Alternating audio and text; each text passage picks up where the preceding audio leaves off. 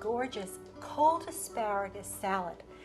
I'm going to show you how. Remember in the blanching segment, I talked about partially cooking vegetables, then refreshing them in ice cold water, and then storing them in your refrigerator for throughout the week.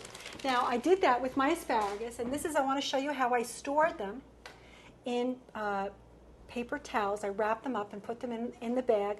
These were blanched for about, first of all, I trimmed them off. I trimmed off their woody ends. I made them all uniform because that's the way. I don't peel asparagus. I just trim them all off evenly because I like the way they look better on a platter. And I tied them with kitchen twine, and I dropped them into the boiling water. And then I pulled them out with tongs and put them into ice cold water to stop the cooking process. These blanched for about 4 minutes. And then, so they're a little bit crisp tender.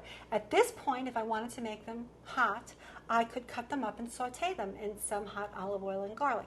But because I want to serve them as a salad, I'm going to show you how I assemble this platter, which is just beautiful. I'm going to cut off my twine. Put this aside. I'm just going to just do this. I'm going to line the asparagus up.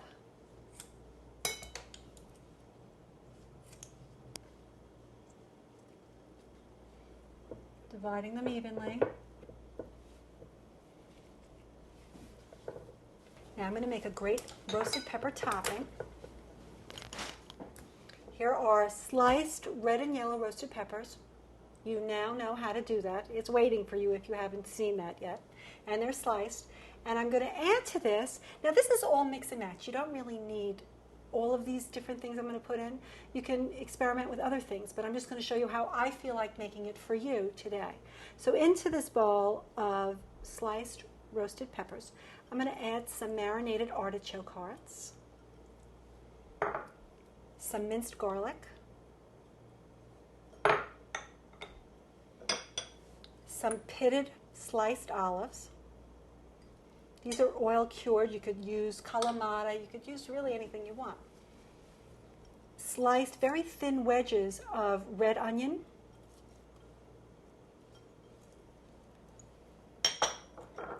Garbanzo beans.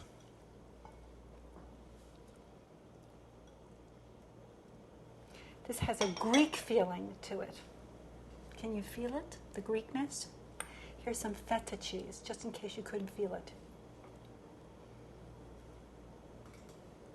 Again, you could use blue cheese. You could use small bowls of fresh mozzarella cheese that are cut, in half. You could do anything you want. You don't have to do this. Here's a chiffonade of fresh basil. I'm going to put some pepper. And here's some garlic confit oil. Some balsamic vinegar.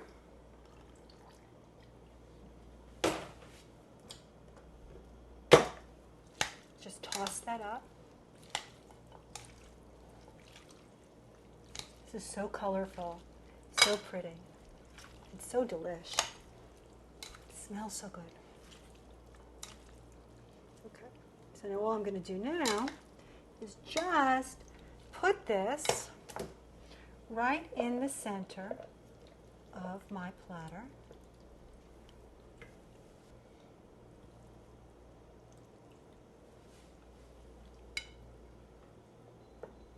Give it a little bit more fresh pepper. This might look like it's not a fresh pepper, but it is. I actually use a lot of pepper in my food.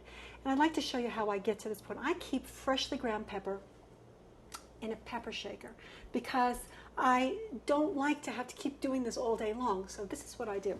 And I really suggest this if you happen to have a shoulder problem or a tennis elbow or anything else that bothers you, but you want fresh pepper in your food. This is a spice grinder. Very simple. It's an electric thing.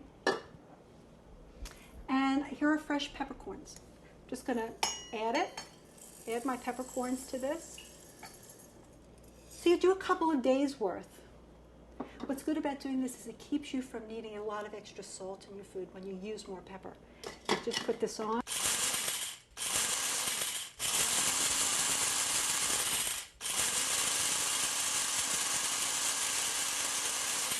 You get the idea. And you grind it as far as you want, and then you take it, you put a funnel into a pepper shaker, and you're all set. So here's a wonderful cold asparagus salad with a roasted pepper topping. You'd serve it drizzled with a little bit more garlic confit oil.